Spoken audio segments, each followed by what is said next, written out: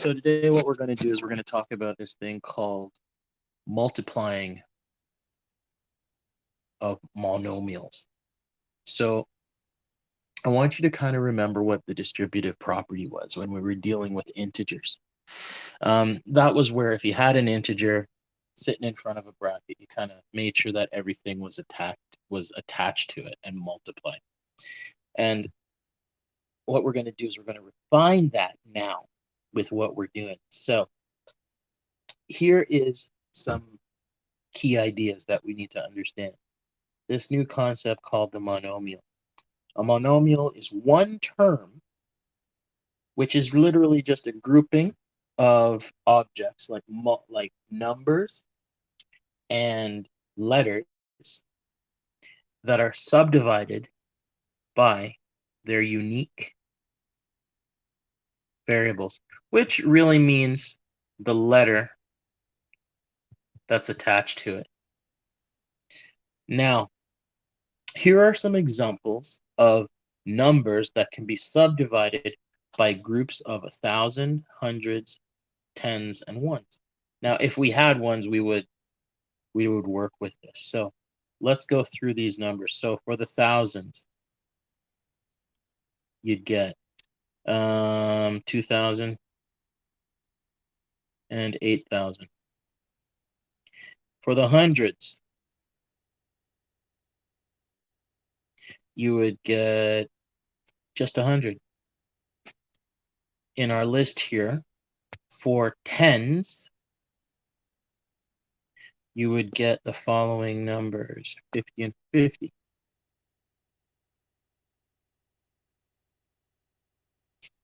And for the ones, you would get, oh, wait, don't forget the 60 here.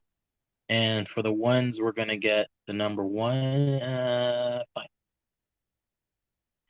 So all of those numbers could be broken down into each of those individual parts.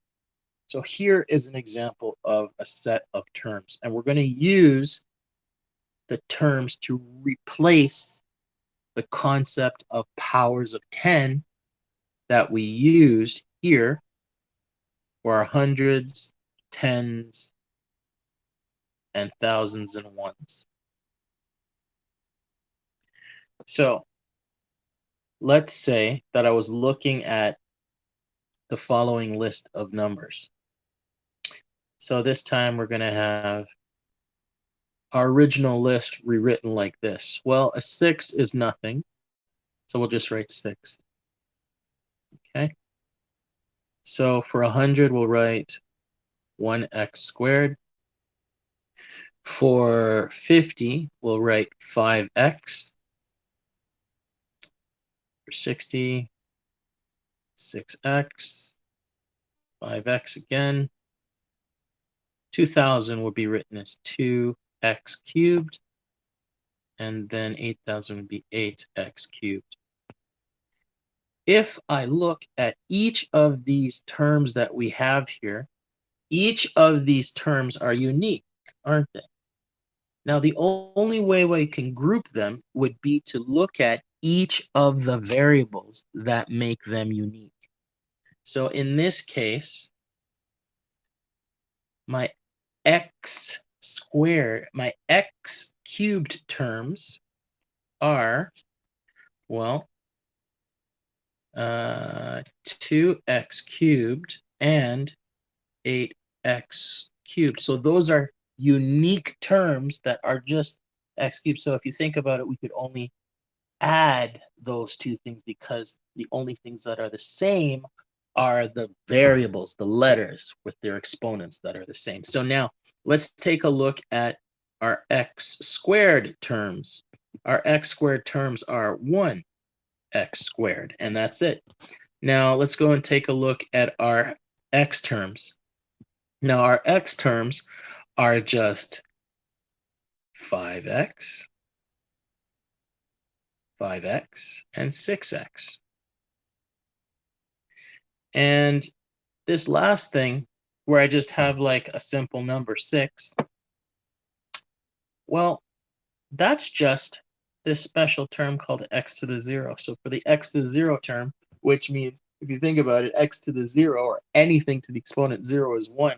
So it's just 6 times 1, which is just 6. There are all our terms right there. So now let's go on to what the key idea of a term is. So here it is. A term consists of 3 parts. Here is an example. So imagine I have the term negative 5x to the 6th. These are all the key components. So in the front of our equation, the minus 5 represents a coefficient. It's just the number that sits in front. Now, the other part of this part here, we call a variable. And a variable is broken down into 2 parts. We have a letter part. Sometimes we call that the base. And then this part here, the number that is attached to it, is the exponent. And it's the letter and the exponent that make a unique variable. Okay, pause that, write that down, and then we'll move on to our next problem. All right, so let's say that we have 2 simple monomials, and our 2 monomials are going to be 3 and x. So when we multiply them, you're just going to get 3x. And what exactly did we do?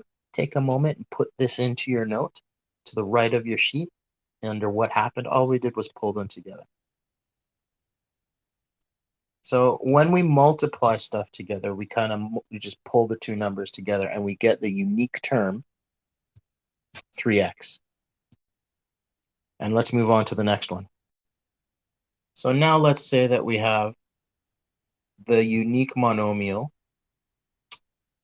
negative 3x, and the next one being 2x to the 4. So here's what happens. When we pull these together, our resulting value is going to be the multiplication of the 2 coefficients together. So in this case, negative 3 and 2 is negative 6. And then what we have to do is we have to look at these things, our variables. Now, the understood exponent on the x when there's nothing there is x to the 1. So here's what happens. Our final answer is going to be negative 6x to the 5. And how did I get x to the 5? All I did was add the exponents. That's it, and we're done. And that's what happens when we multiply the 2 monomials, negative 3x to the 1 times 2x to the 4. The coefficients get pulled together as multiplication.